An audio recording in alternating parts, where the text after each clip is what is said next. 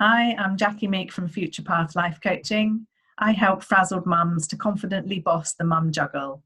I'm here today with Kate King, following on our series in around challenging feelings. And today we're looking at the feeling of connection. Connection is needed for communication, and when connection breaks down, it can take the families off track.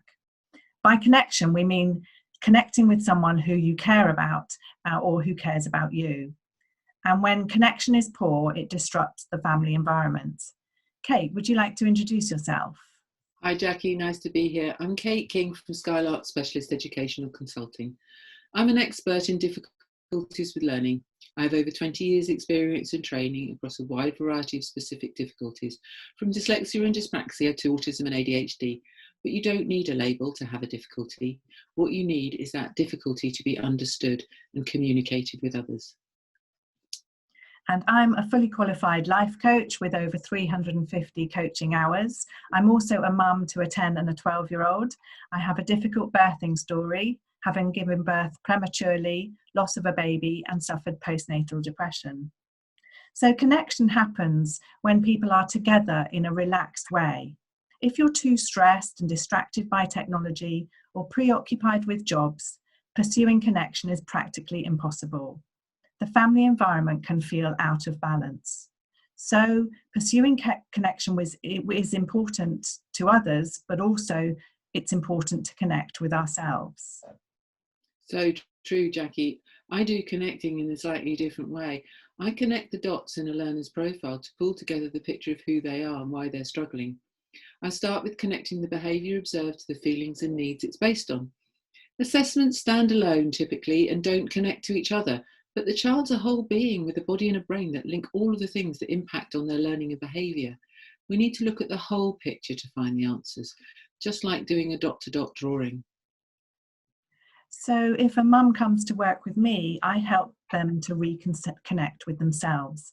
I listen to them carefully and we explore what is getting in the way of them pursuing connection. We look at time stealers, distractions, their inner voice, which might be harsh or critical, and I help them to access their inner mentor who is gentle and capable. We look at what essential maintenance they need to stay on track and enable them to listen to themselves with compassion, which brings vitality. Connecting the dots of where learning isn't working is the key to unlocking learning, and the next step is communicating it to parents, the child and the school. What are their strengths and areas of difficulty? What support do they need to be the best they can be? I help by connecting both the parents and the teachers to the child's needs, looking at things through my lens of knowledge and experience. I also help by connecting all of the people who work with the child so that the child's needs can be met across every aspect of learning and daily life. Understanding, information, and a connected approach to support is key to effective progress.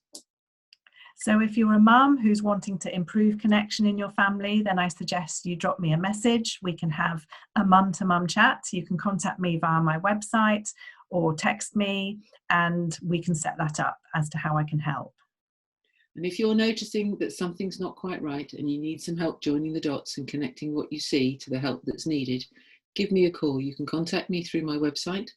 You can drop me an email or pick up the phone and talk to me. Everything starts with a free, no obligation discovery call to hear your concerns and help you decide on the next step.